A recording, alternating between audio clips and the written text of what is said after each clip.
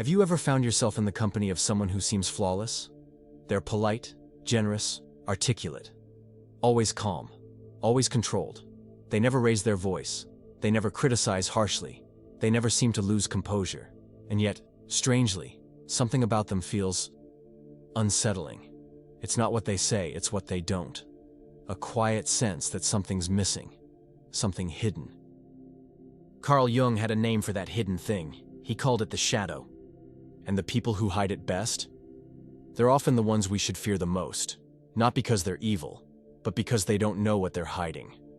And when people don't know what they're capable of, anything becomes possible. Jung didn't believe the most dangerous people were loud, aggressive, or openly hostile. The real danger, he said, comes from those who are blind to their own inner darkness, not because they've conquered it, but because they've denied it exists altogether.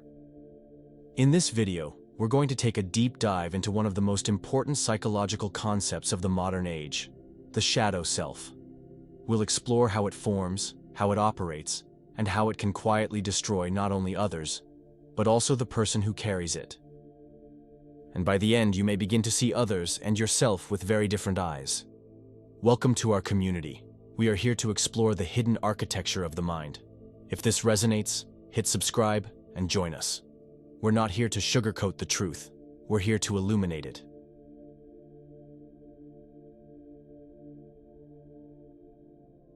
Jung believed that the human psyche is built in layers. At the surface is the persona, our social mask, the version of ourselves we present to the world. It's who we are at work, at parties, on social media.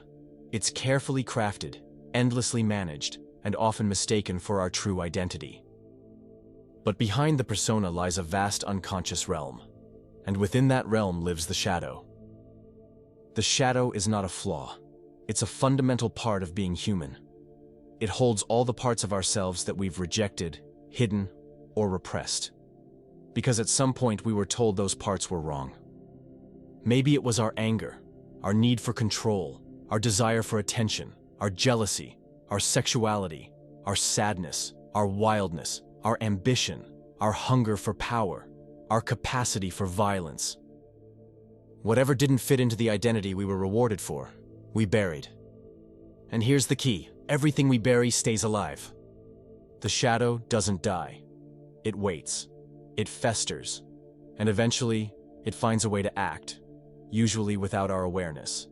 It leaks through the cracks in our persona. It emerges in passive aggression, manipulation, addiction, projection, depression, burnout, and even moral superiority.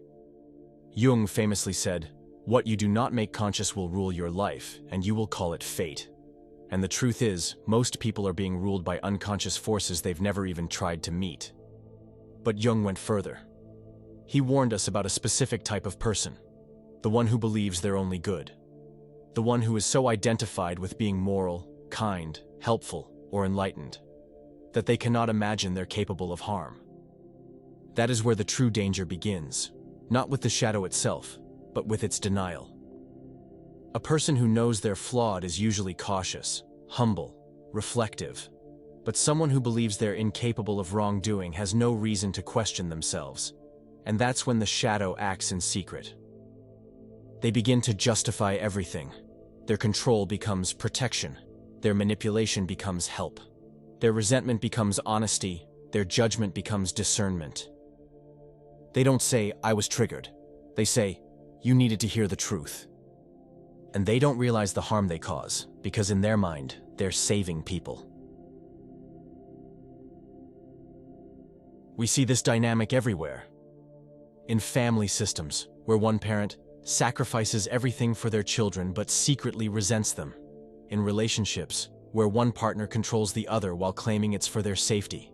In workplaces, where leaders micromanage while insisting they're just detail-oriented. And especially in spiritual communities, where gurus, coaches, and healers act out enormous unconscious shadow material while preaching love and light. This is called spiritual bypassing, using spiritual ideas to avoid doing emotional and psychological work. It's the yoga teacher who shames students for expressing anger, the meditation guide who preaches non-attachment while obsessively protecting their brand, the self-help influencer who offers endless advice but never admits to personal struggle. They've crafted a persona of being above conflict, ego, or negativity. But behind the curtain is a boiling pot of unmet needs and disowned fears. And often, the more someone promotes their moral purity, the more dangerous their shadow becomes. Because the more energy it takes to maintain the mask, the more violently the shadow reacts when it breaks free. That's when we see public scandals, emotional breakdowns, sudden shifts in behavior, or long-term erosion of relationships that look perfect on the outside, but feel toxic on the inside. Now let's take a step back and ask, how does the shadow form in the first place? It begins in childhood. From a very young age, we are constantly receiving messages about what parts of ourselves are lovable, acceptable, and worthy of connection, and what parts are not. Some families teach that crying is weakness, that anger is unacceptable, that being different is dangerous, that success must be earned with suffering, that self-expression is selfish. And so we fragment. We develop the good self and the hidden self. We become polite instead of honest, quiet instead of curious, nice instead of real. Over time, this split becomes our normal. We don't even realize we've locked away parts of our humanity, but they're still there, operating in secret, influencing our choices, our relationships, our addictions, our triggers. And here's where things get worse. The longer we avoid the shadow, the more it mutates. Unfelt anger becomes self-sabotage. Repressed sexuality becomes obsession or numbness. Denied ambition becomes envy. Suppressed sadness becomes chronic burnout. And most painfully, ignored fear becomes the need to dominate. You see, the shadow doesn't just sit still. It adapts. It looks for outlets. If it can't be seen honestly, it will find symbolic ways to emerge. In dreams, in illnesses, in patterns, in relationships that repeat the trauma we never healed. This is what Jung called the path of the wounded self, a person caught in a loop, living out old wounds, blaming others, never realizing the real enemy is within. But here's the part most people miss. The shadow is not evil. It holds the very things we need to become whole. Your anger can become boundaries. Your envy can become inspiration. Your fear can become humility. Your ambition can become leadership. Even your darkness can become depth, empathy, and strength if you're willing to face it. That's the work Jung called individuation, becoming who you truly are by integrating what you've rejected. And it's hard. It requires discomfort, humility, a willingness to question your story, to admit you've caused harm, to see yourself not as a victim, but as a participant in your own life. It means letting go of the fantasy of being good and embracing the truth of being whole. So, what does shadow integration look like in practice? It looks like pausing when you're triggered and asking, what am I really afraid of right now? It looks like admitting you're jealous without judging yourself for it. It looks like apologizing, not just because it's polite, but because you've seen the hurt you caused.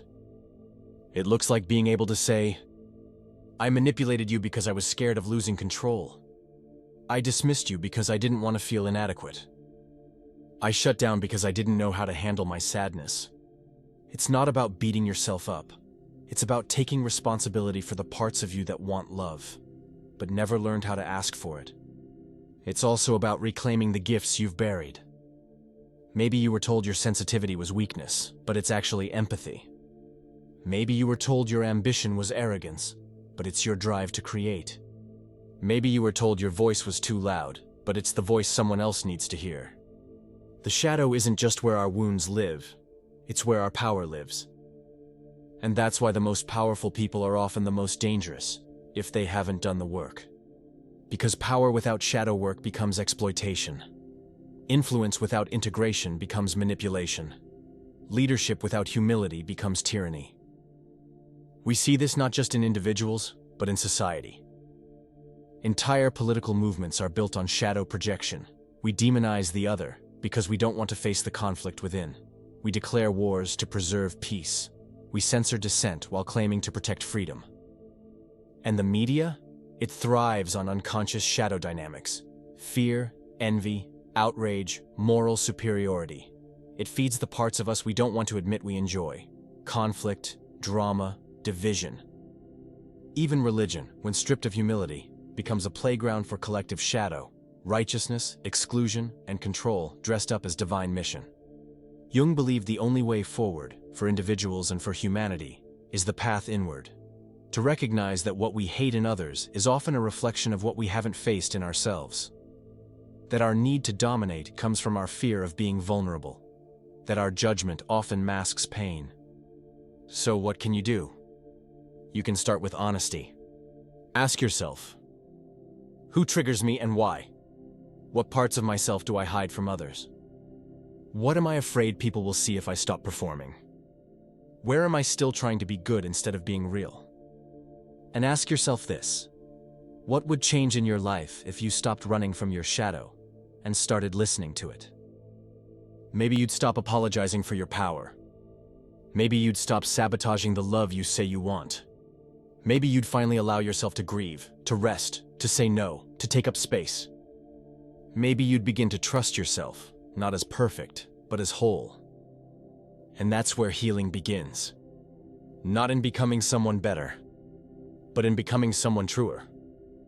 So the next time someone insists they're always kind, always calm, always right, pause. Don't attack them, but don't idealize them either.